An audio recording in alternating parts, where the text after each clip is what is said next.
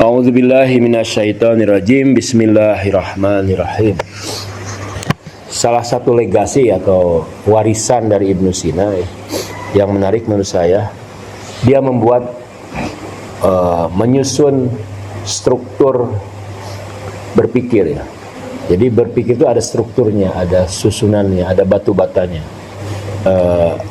Apapun ya gagasan itu harus dicari basisnya ya. Gagasan itu harus dicari basisnya. Nah, basis itu dalam bahasa Arab disebut mabani ya. Mabani atau mabadi atau pondasi. Ibnu Sina membagi mabani itu, pondasi itu menjadi pertama mabadi yang huruf-hurufnya kecil-kecil, saya hampir tidak bisa baca lagi. Mabadi silogis ya.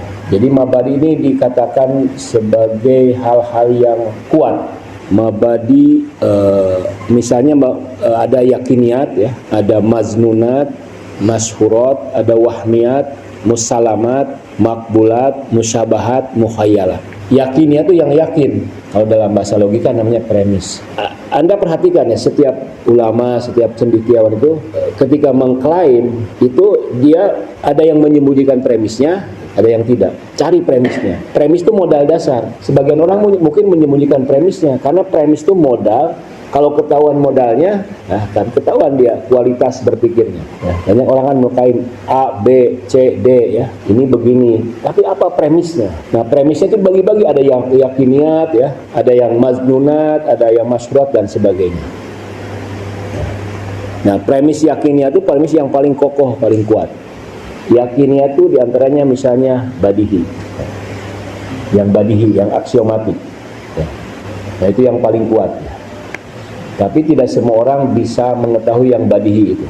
Ada mabadi lain, fondasi lain dalam gagasan, pemikiran, itu yang menurut saya bisa diterapkan kepada ilmu-ilmu non-filsafat, ilmu-ilmu populer.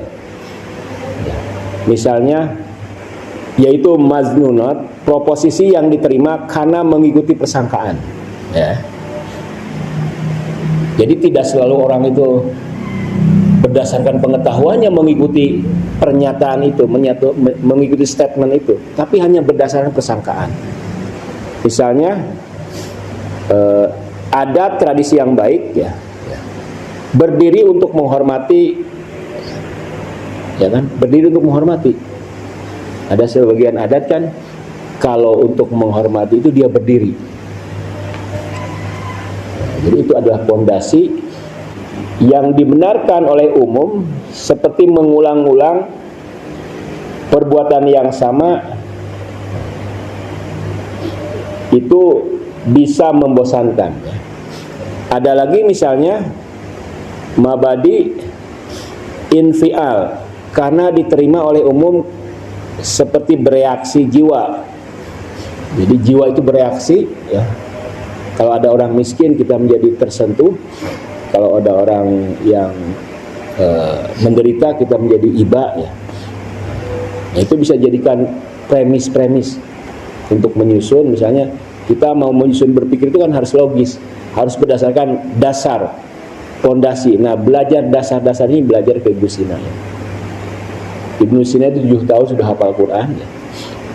Ibnu Sina itu cara belajarnya begini. Kalau di tempatnya ada orang yang paling pintar, dia belajar sampai dia lebih pintar dari orang itu. Dia membaca kitab Aristoteles kan berkali-kali. Berapa kali? Nah, baru bisa paham setelah membaca